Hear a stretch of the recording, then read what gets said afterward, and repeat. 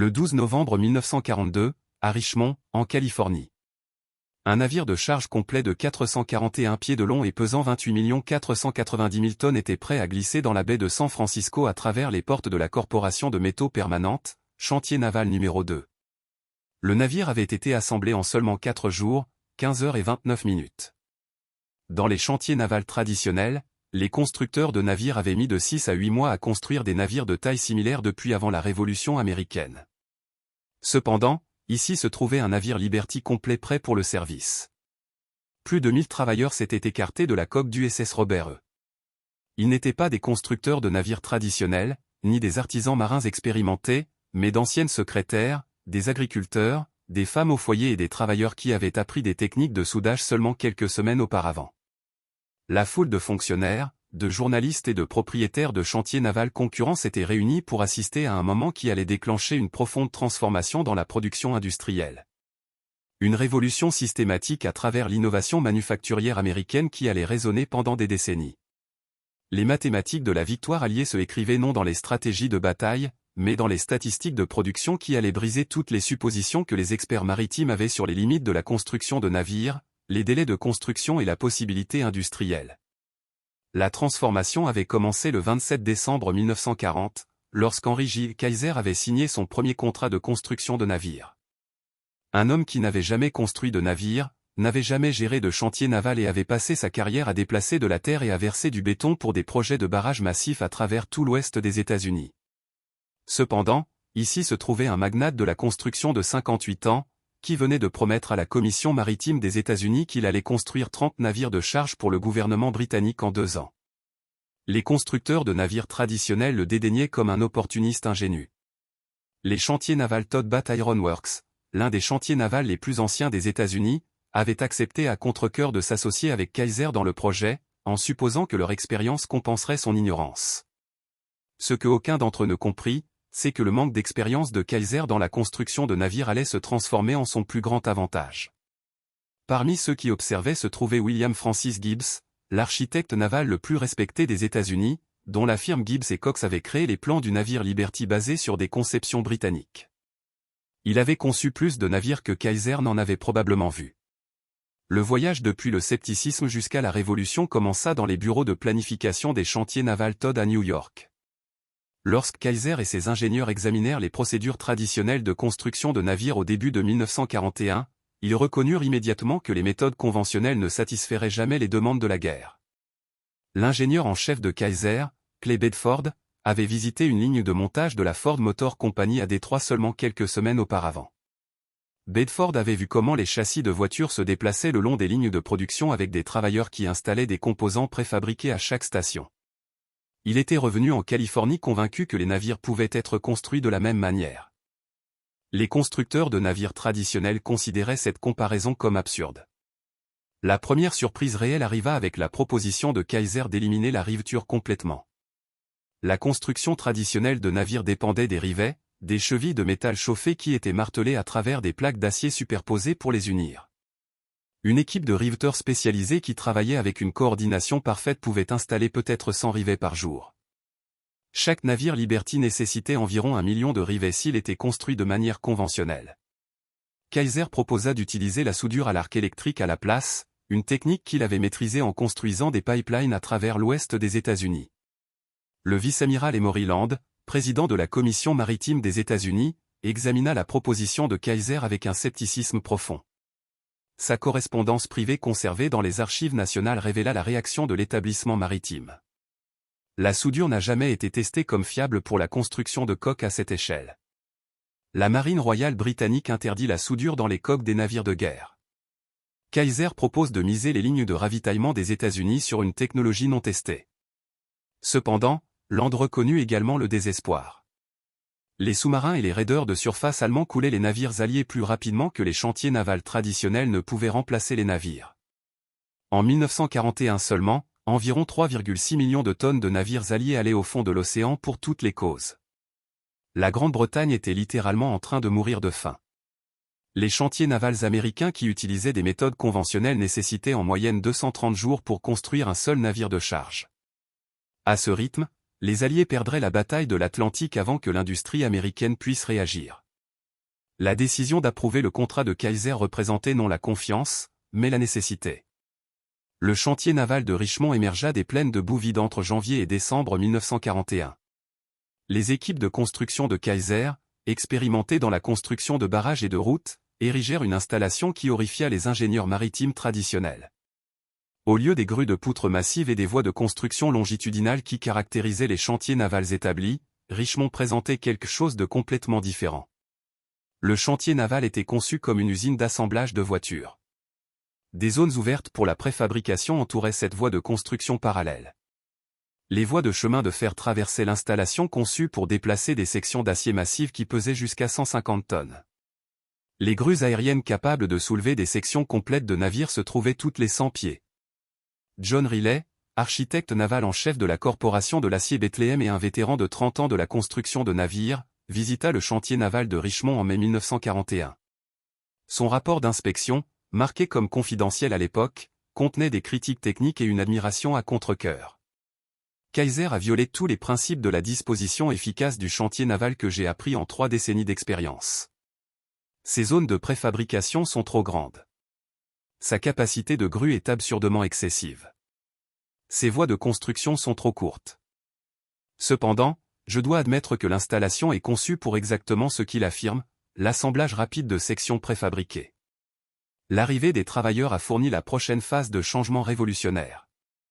Les chantiers navals traditionnels recrutaient dans les communautés maritimes établies où les compétences passaient de père en fils à travers les générations. Kaiser a annoncé dans les journaux de tous les États-Unis, offrant des salaires 20% supérieurs aux taux industriels standards et promettant de former toute personne disposée à travailler. Les premiers groupes sont arrivés à Richemont en août 1941. La simplification de tâches complexes en opérations simples répétées, prise directement de la fabrication en ligne de montage, s'est avérée dévastatrice efficace. Pour octobre 1941, Kaiser employait plus de 10 000 travailleurs à Richemont, avec moins de 200 qui avaient une expérience maritime précédente. Les soudeurs traditionnels passaient 4 ans comme apprentis en apprenant des compétences complètes. Les instructeurs de Kaiser enseignaient des techniques spécifiques pour des tâches spécifiques en environ 2 semaines. Les travailleurs n'avaient pas besoin de savoir comment souder tout, mais seulement comment souder les coutures verticales des cloisons ou les plaques de pont horizontales ou les sections courbes de la coque, qu'ils feraient à répétition.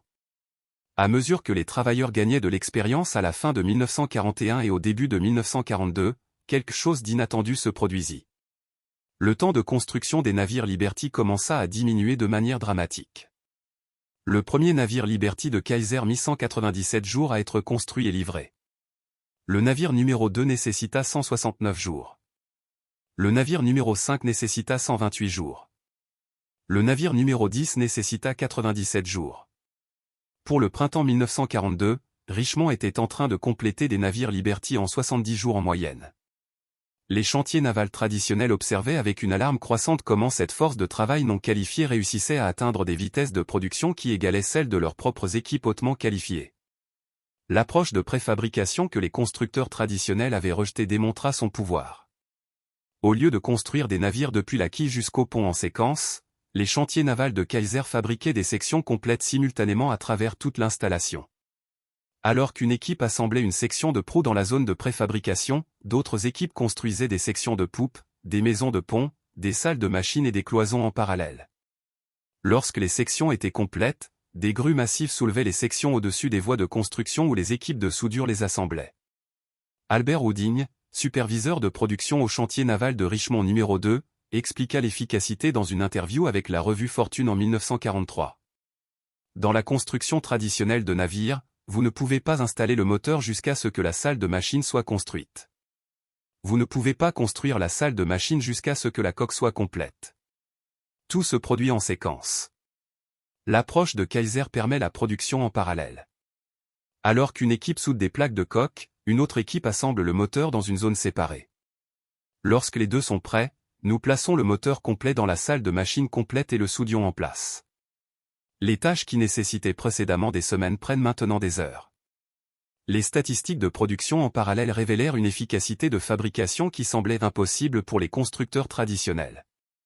Un chantier naval conventionnel pourrait avoir 50 travailleurs essayant d'installer un moteur pendant 3 semaines, travaillant dans les limites étroites d'une salle de machine partiellement complète. l'approche de préfabrication de Kaiser assigna 200 travailleurs pour assembler le moteur complet et sa structure de montage dans un atelier ouvert pendant 5 jours, et utilisa des grues pour placer toute la structure en une seule opération de 8 heures. Plus inquiétant encore pour les autorités maritimes traditionnelles fut l'élimination délibérée de pratiques de construction de navires avec des siècles d'ancienneté. Les navires avaient toujours été construits à partir de plans soigneusement élaborés qui spécifiaient chaque détail. Kaiser utilisa des dessins simplifiés qui fournissaient des dimensions de base et laissaient les détails au jugement des travailleurs. Les constructeurs traditionnels considéraient cela comme une témérité. Kaiser l'appelait flexibilité. Le vice-amiral Howard Vickery, vice-président de la commission maritime et officier naval de carrière, s'opposa initialement aux spécifications simplifiées de Kaiser. Sa transformation de sceptique à partisan documentée dans les actes des réunions de la commission illustra le pouvoir des résultats sur la théorie. En janvier 1942, je m'opposai à la demande de Kaiser de réduire les spécifications des dessins. Les navires ne sont pas des voitures. La construction maritime nécessite de la précision. Mais pour mars, les chantiers navals de Kaiser surpassaient nos contractants traditionnels de 40%. Pour juin, l'écart s'était élargi à 70%. J'ai appris que la perfection est l'ennemi du suffisant. Les navires de Kaiser n'étaient pas beaux. Ils étaient suffisants, et les navires suffisants livraient plus de cargaisons que les navires parfaits qui étaient encore en construction. À mesure que les temps de construction augmentaient à travers le printemps et l'été 1942, une compétition se développa entre les 7 chantiers navals de Kaiser dispersés à travers la Californie, l'Oregon et l'État de Washington. Son fils Edgar, qui servait de vice-président et de directeur général, supervisant tous les chantiers navals de Kaiser avec un focus particulier sur les 3 installations du nord-ouest du Pacifique, gérait la corporation de construction de navires de l'Oregon à Portland. Clay Bedford supervisait les chantiers navals de Richmond en Californie. Les 2 hommes, tous 2 ambitieux et passionnés, commencèrent une compétition informelle pour voir lequel de leurs installations pourrait construire des navires plus rapidement. La course entre Richmond et Portland devint un spectacle public à travers l'automne 1942. Les journaux publiaient des mises à jour de scores de sport. Les records de compétition tombaient à répétition jusqu'à ce que la construction de navires de l'Oregon construise le Joseph N. Till en seulement 10 jours en septembre 1942. Le vice-amiral Vickery ordonna finalement d'arrêter la compétition de vitesse, déclarant qu'il s'agissait de démonstrations de tours qui distrayaient des objectifs de production réels. Mais la compétition avait servi au but de Kaiser. Les travailleurs dans tous les 7 chantiers navals croyaient maintenant que la vitesse extraordinaire n'était pas seulement possible, mais attendue. Novembre 1942 apporta la démonstration définitive. Le vice-amiral Land visita Richmond pour inspecter la production et fit un commentaire casual au journaliste qui fut entendu par Clay Bedford. L'amiral commenta que la construction du navire Liberty avait considérablement amélioré, mais nota que le record de vitesse récent n'était pas encore comparable à ce que la production de masse avait réalisé dans d'autres industries. Bedford prit le commentaire comme un défi. Il proposa au vice-amiral Land que le chantier naval de Richmond numéro 2 tenterait de construire un navire Liberty complet depuis la pose de la quille jusqu'au lancement en moins de 10 jours, réduisant de moitié le record du Joseph Niel. Land, sceptique mais intrigué, autorisa la tentative à condition qu'elle n'interrompe pas les horaires de production réguliers. Bedford sélectionna la coque numéro 47 pour être construite au chantier naval numéro 2 pour la tentative de record. Le navire s'appellerait SS Robert E. Perry, en l'honneur de l'explorateur de l'Arctique. En commençant le dimanche 8 novembre à 1h01 du matin, plus de 1000 travailleurs opérant en équipe soigneusement coordonnée allaient tenter quelque chose sans précédent dans l'histoire maritime. La stratégie de préfabrication atteignit son expression définitive pendant la construction du quai. Chaque composant principal avait été construit, inspecté et placé avant que la quille touche la voie de construction. La section de proue, qui comprenait plus de 50 pièces individuelles, avait été complètement soudée et équipée de matériel d'ancre, de casiers de chaîne et de quartiers de proue avant que l'assemblage ne commence. La section de poupe comprenait l'équipement de direction complet, l'arbre d'hélice et les espaces de poupe. 4 cales de cargaison complètes, chacune une structure rectangulaire massive d'acier qui pesait pour être soulevée à sa position. Le moteur, une centrale électrique à vapeur de triple expansion de 140 tonnes construite par Joshua Andy Iron Works à Sunnyvale, avait été monté sur sa structure de fondation et testé avant de quitter l'usine. Là où les chantiers navals conventionnels construisaient depuis la quille jusqu'au pont pendant des mois, les chantiers navals de Kaiser assemblaient un navire presque complet à partir de sections préfabriquées en jours. 4 jours après la construction, la coque était complète. Le moteur était installé, les maisons de pont étaient placées, Les cales de cargaison étaient sécurisées, l'équipement de direction était monté. Le jeudi 12 novembre à 15h30, seulement 4 jours, 15h29 après que la quille ait touché la voie de construction, le SS Robert E. Peary glissa sur les voies de lancement vers la baie de San Francisco. Le navire fut livré pour son service le 15 novembre, établissant un record supplémentaire de 7 jours, 14h32 depuis la pose de la quille jusqu'à la livraison complète. La foule d'observateurs comprenait des fonctionnaires maritimes, des officiers militaires, des propriétaires de chantiers navals concurrents et des journalistes de tous les États-Unis. Beaucoup arrivèrent en espérant assister à un échec ou à un navire compromis qui semblait complet mais manquait de fonctionnalité. Ce qu'ils virent à la place était un navire complètement opérationnel qui ne nécessitait qu'un ajustement mineur avant d'entrer en service. Le vice-amiral Land, présent au lancement, fit quelques commentaires brefs qui furent enregistrés par les caméras de actualité. Ces paroles capturèrent le reconnaissance forcée de l'établissement maritime que tout avait changé. Il y a 6 mois, j'aurais dit que c'est impossible. La sagesse traditionnelle de la construction de navires accumulés pendant 3000 ans disait que l'on ne peut pas construire un navire convenable en 5 jours. Henry Kaiser a rendu la sagesse traditionnelle obsolète. La Commission maritime des États-Unis exigera maintenant que tous les chantiers navals contractés adoptent ces méthodes. L'impact psychologique sur les constructeurs de navires traditionnels fut profond et immédiat. Les mêmes chantiers navals qui avaient rejeté Kaiser comme un outsider ignorant seulement 18 mois auparavant envoyaient maintenant des ingénieurs pour étudier ses approches. Le président de la Corporation de construction de navires de New York, l'un des chantiers navals les plus anciens et les plus prestigieux des États-Unis, visita Richmond en décembre 1942. Son rapport confidentiel à son conseil d'administration révéla un effondrement idéologique complet par rapport aux approches traditionnelles. Kaiser a réalisé ce que notre industrie considérait comme impossible en refusant d'accepter nos limites. Il a traité la construction de navires comme un problème de fabrication et non comme une tradition artisanale. Il a simplifié là où nous cherchions la perfection. Il a établi des normes là où nous les personnalisions. Il a formé des masses de travailleurs non qualifiés là où nous cultivions l'expérience générationnelle. Le résultat est des navires construits en une fraction du temps à 2/3 du coût. Nous devons adopter ces approches ou accepter l'irrélevance. Pour le début de 1943, l'influence de Kaiser avait transformé la production maritime américaine. 18 chantiers navals à travers le pays construisaient des navires Liberty en utilisant la préfabrication et la soudure. Le temps de construction moyen avait diminué de 230 jours initialement à seulement 42 jours à la mi-1943. Les États-Unis lançaient 3 navires Liberty par jour, plus de tonnage que les sous-marins allemands ne pouvaient couler. Mais peut-être le défi le plus dévastateur à l'autorité maritime traditionnelle vint de la qualité de la force de travail de Kaiser. Les dizaines de milliers de femmes, de minorités et de travailleurs non qualifiés qui avaient construit ces navires représentaient une répudiation directe de l'ancien système de guildes qui avait dominé la construction de navires pendant des siècles. À la production maximale en 1944, les 7 chantiers navals de Kaiser employaient environ 196 000 travailleurs. Parmi eux, plus de 40 000 étaient des femmes, ce qui représentait un pourcentage notable de travailleuses industrielles. Pour la mi-1944, les femmes constituaient 27% de la force de travail de production de Richmond. Les 3 chantiers navals du nord-ouest de Kaiser employaient plus de 31 000 femmes en 1944. Les travailleurs afro-américains se comptaient par dizaines de milliers, employés dans des postes spécialisés qui incluaient la soudure, l'ajustage, l'opération de grue et même des postes de supervision. Un niveau d'intégration sur le lieu de travail inhabituel pour l'Amérique des années 1940. La démocratisation du travail spécialisé que Kaiser permit eut des implications qui allaient bien au-delà de la production en temps de guerre. En démontrant que la fabrication complexe pouvait être réalisée par des travailleurs formés plutôt que de nécessiter une expérience artisanale générationnelle, les chantiers navals de Kaiser remirent en question des suppositions fondamentales sur le travail, la compétence et l'organisation industrielle.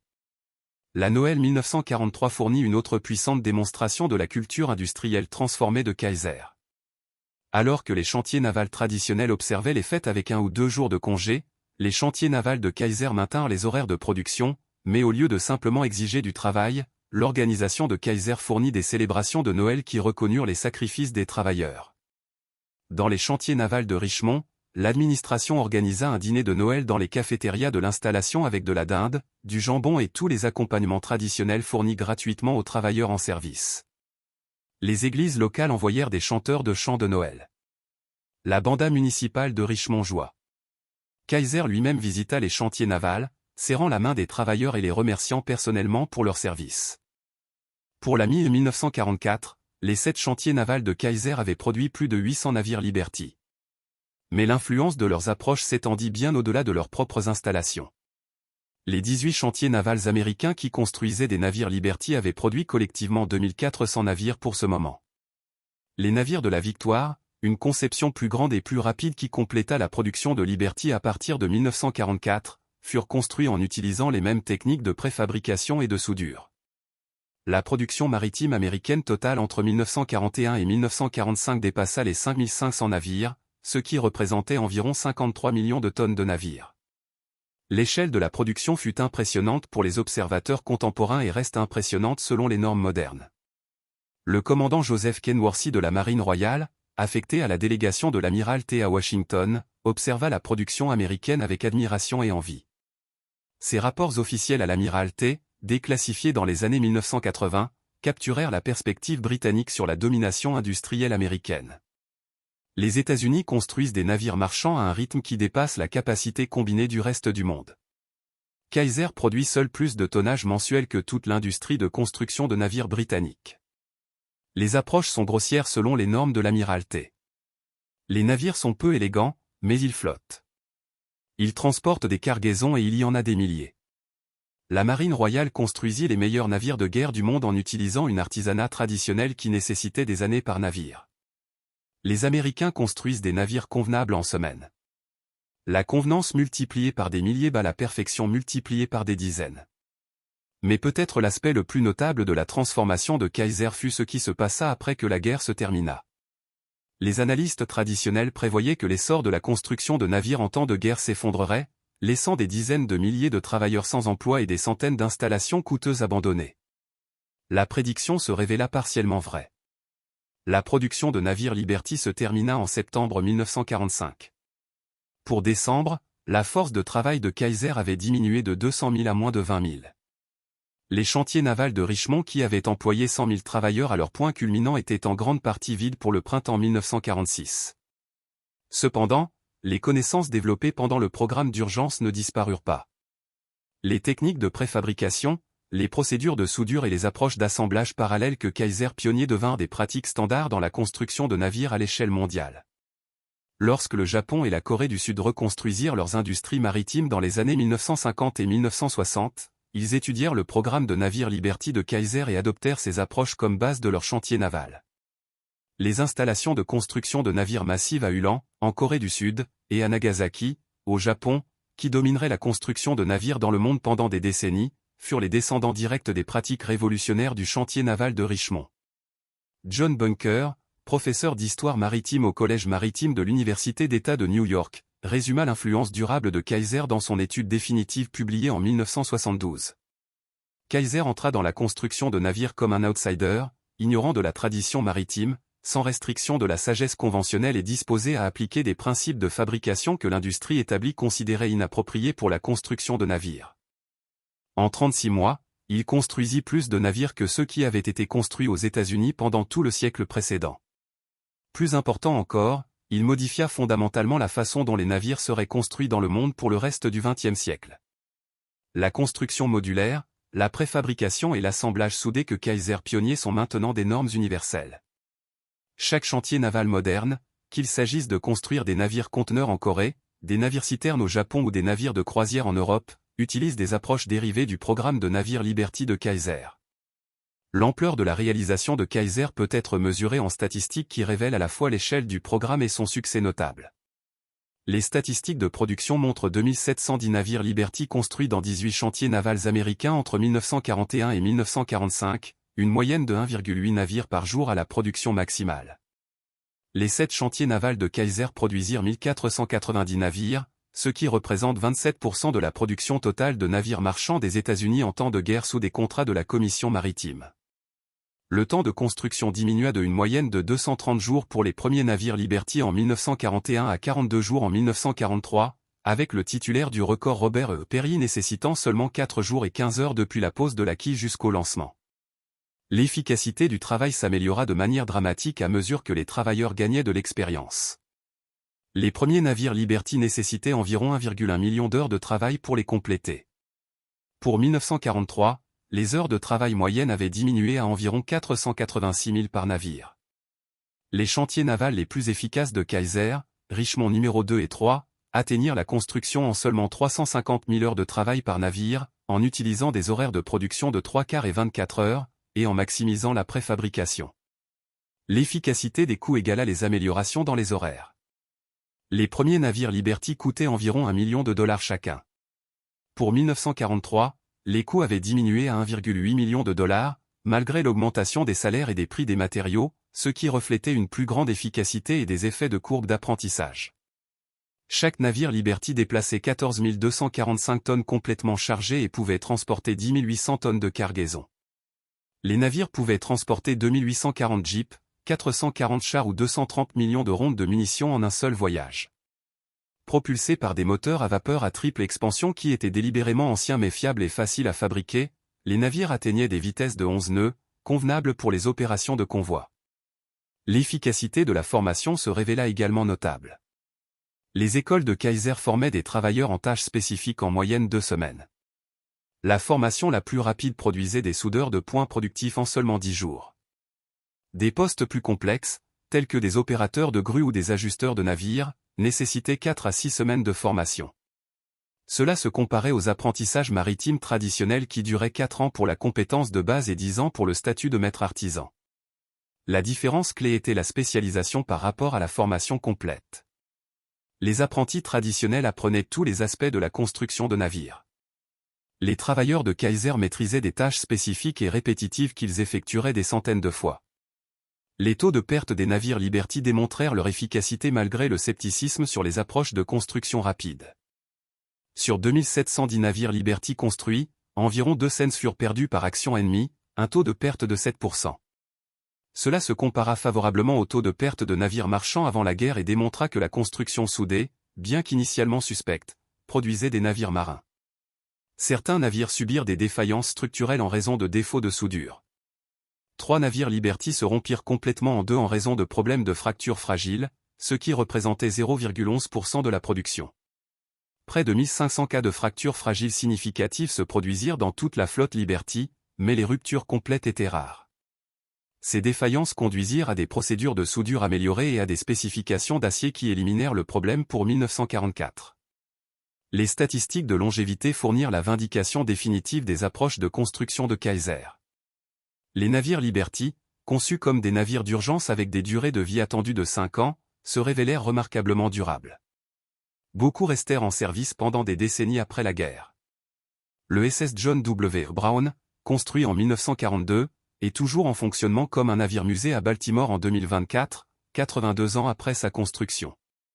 Le SS Jeremiah O'Brien, également construit en 1942, est conservé à San Francisco et a participé à la commémoration du 50e anniversaire du jour J en 1994, naviguant jusqu'à la Normandie sous sa propre puissance après 50 ans d'existence.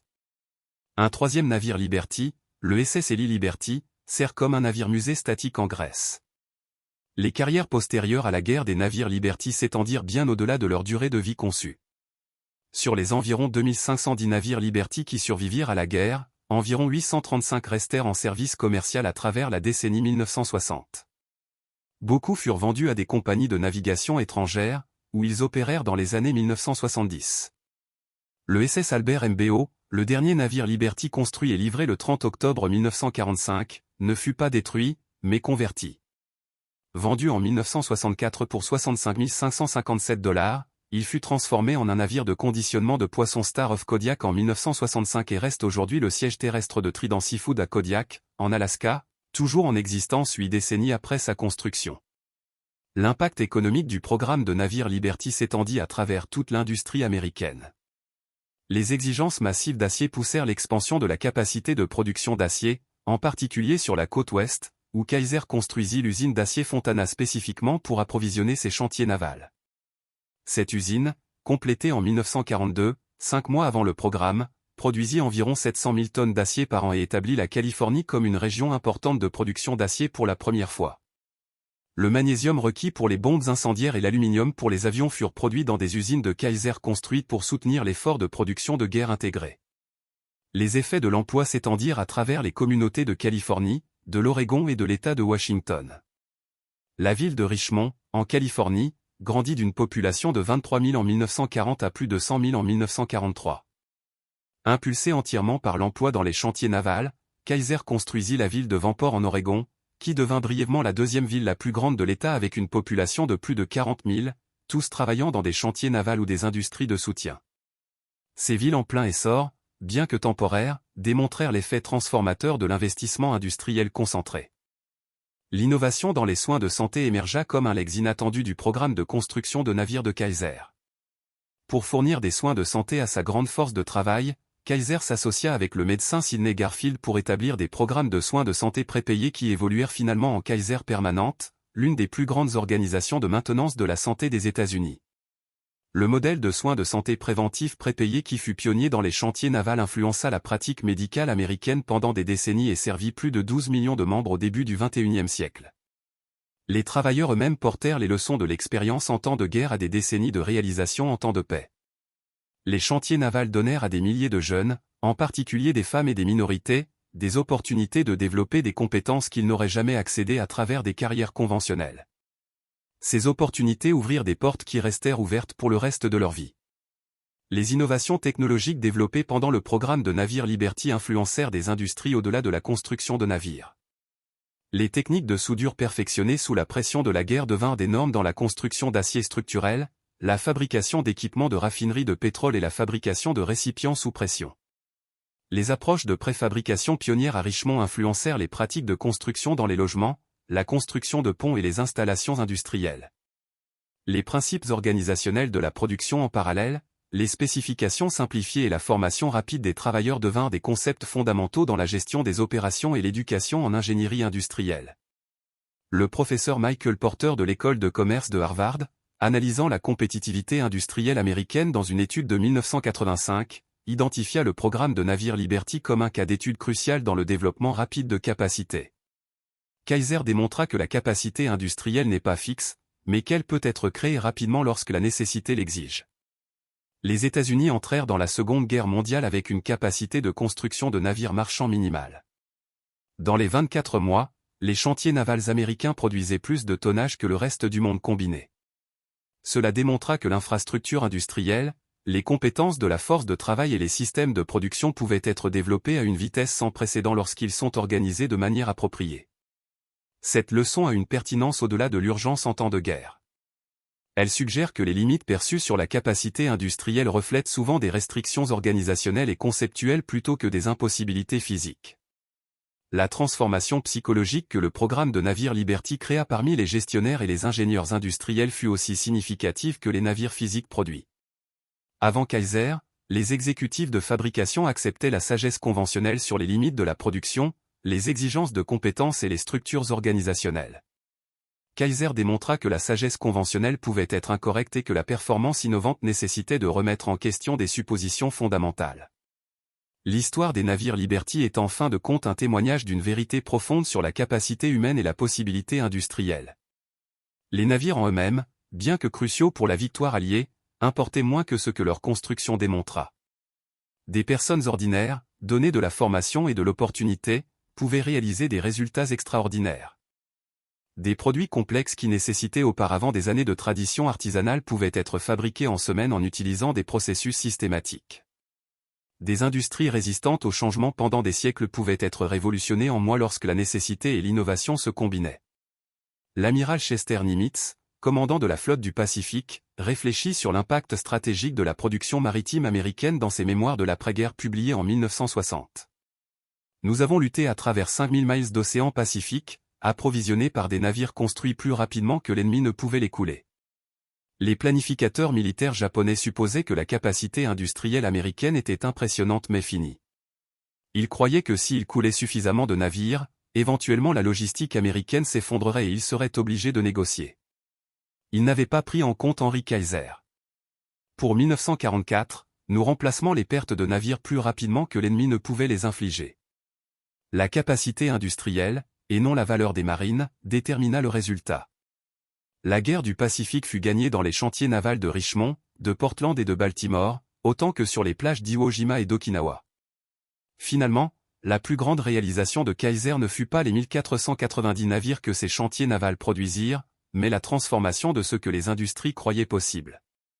Le Robert E. Perry, construit en moins de 5 jours, se dressa comme une preuve tangible que la tradition n'est pas égale à la vérité, que la sagesse conventionnelle peut être remise en question et que l'amélioration révolutionnaire nécessite des approches révolutionnaires.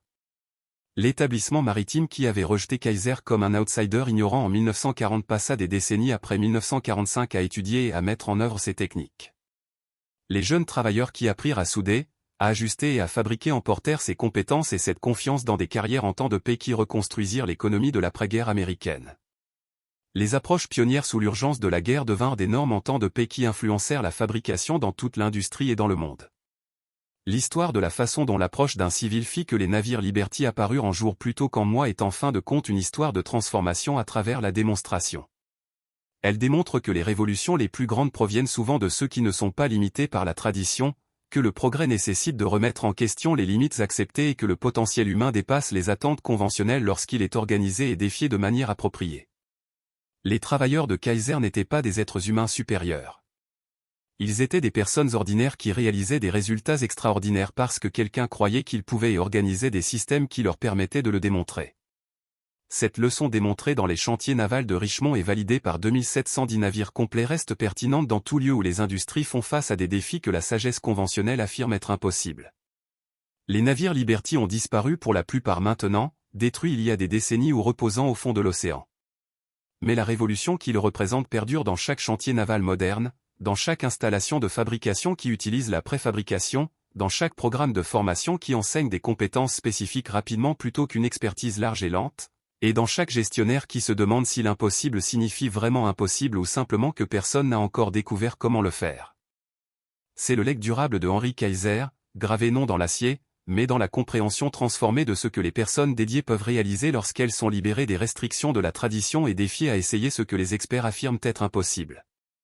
Depuis décembre 1940, lorsque Kaiser signa son premier contrat sans savoir rien sur la construction de navires, jusqu'en novembre 1942, lorsque le Robert E. Perry fut lancé après moins de 5 jours de construction, jusqu'en septembre 1945, lorsque le dernier navire Liberty fut livré, Kaiser démontra que les révolutions industrielles se produisent non à travers des améliorations incrémentales, mais à travers une réimagination fondamentale de ce qui est possible. Les 2710 navires Liberty construits entre 1941 et 1945 transportèrent plus que de la cargaison à travers les océans. Ils transportèrent la preuve que l'ingéniosité humaine, lorsqu'elle est libérée de la tradition et alimentée par la nécessité, peut réaliser l'apparentement impossible.